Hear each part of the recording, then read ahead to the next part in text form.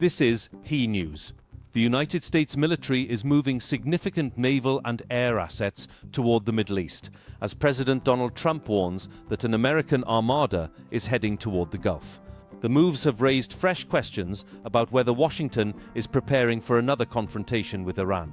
US officials say an aircraft carrier strike group and additional military assets are set to arrive in the Middle East in the coming days, amid rising regional tensions.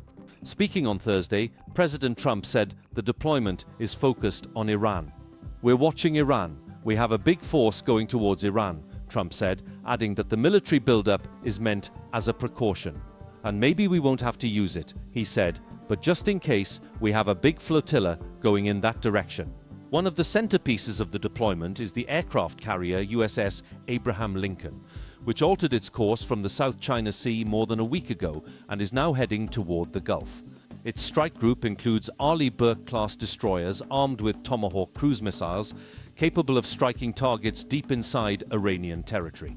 The ships are also equipped with the Aegis combat system, designed to defend against ballistic missiles, cruise missiles, and aerial threats.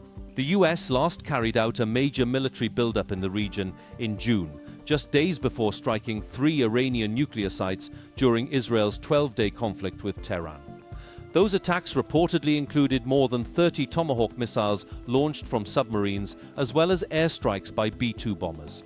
This month, President Trump publicly voiced support for anti-government protesters in Iran, telling demonstrators that help is on its way as authorities crack down. However, he later softened his military rhetoric, and the protests have since been suppressed.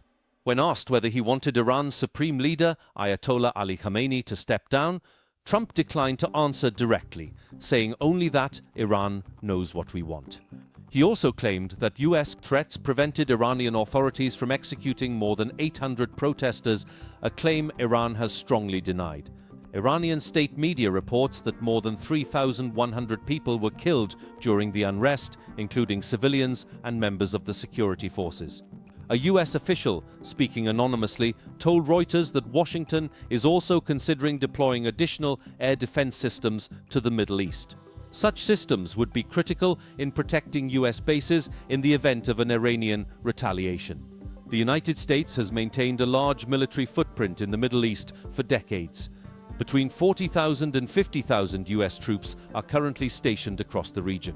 According to the Council on Foreign Relations, the US operates military facilities at least 19 locations, including 8 permanent bases in countries such as Bahrain, Qatar, Kuwait, Saudi Arabia, Iraq, and the United Arab Emirates. America's first major deployment of ground troops to the region dates back to 1958, when thousands of Marines were sent to Lebanon during a political crisis. The latest naval movement comes even as Washington releases a new national defense strategy, which calls for reducing US military commitments elsewhere to prioritize security closer to home. That contrast has raised questions about whether this deployment is intended as deterrence or preparation for something more.